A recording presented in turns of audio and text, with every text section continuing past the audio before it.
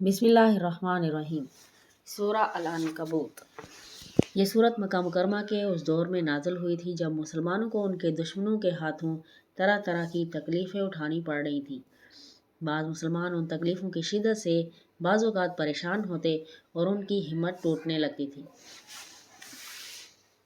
اس سورت میں اللہ تعالیٰ نے ایسے مسلمانوں کو بڑی قیمتی ہدایات عطا فرمائی ہے۔ اول تو سورت کے بالکل شروع میں فرمایا گیا ہے کہ اللہ تعالیٰ نے مومنوں کے لیے جو جنت تیار فرمائی ہے وہ اتنی سستی نہیں ہے کہ کسی تکلیف کے بغیر حاصل ہو جائے۔ ایمان لانے کے بعد انسان کو مختلف آزمائشوں سے گزرنا ہی پڑتا ہے۔ دوسرے یہ تسلی بھی دی گئی ہے کہ یہ ساری تکلیفیں عارضی نوعیت کی ہیں اور آخرکار ایک وقت آنے والا ہے جب ظالموں کو ظلم کرنے کی طاقت نہیں رہے گی اور غلبہ اسلام اور مسلمانوں ہی کو حاصل ہوگا۔ اسی پس منظر میں اللہ تعالیٰ نے اس سورت میں پچھلے کئی انبیاء کرام علیہ السلام کے واقعات سنائے ہیں، جن میں سے ہر واقعے میں یہی ہوا کہ شروع میں ایمان لانے والوں کو مشکلات کا سامنا کرنا پڑا، لیکن آخرکار اللہ تعالیٰ نے ظالموں کو برباد کیا اور مظلوم مومنوں کو فتح عطا فرمائی۔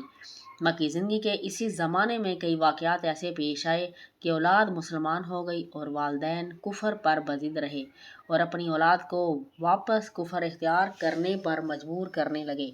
ان کا کہنا تھا کہ والدین ہونے کی وجہ سے ان کی اولاد کو دین و مذہب کے معاملے میں بھی ان کی فرما برداری کرنی چاہیے۔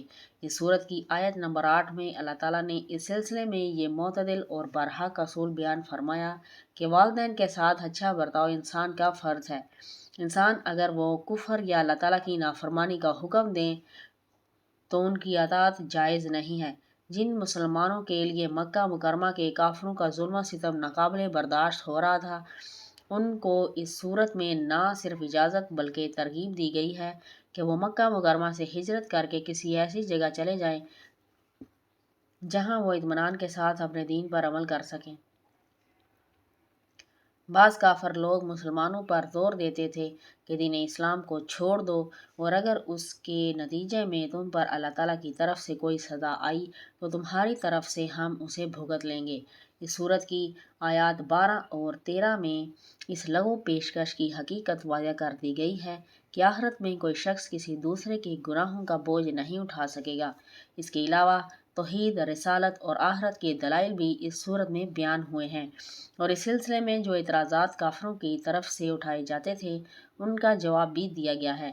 عنکبوت عربی میں مکڑی کو کہتے ہیں اور اس سورت کی آیت نمبر 41 میں اللہ تعالیٰ نے فرمایا ہے کہ مشرکین کی مثال ایسی ہے جیسے کسی نے مکڑی کے جالے پر بھروسہ کر رکھا ہو، اس لیے اس سورت کا نام عنکبوت ہے۔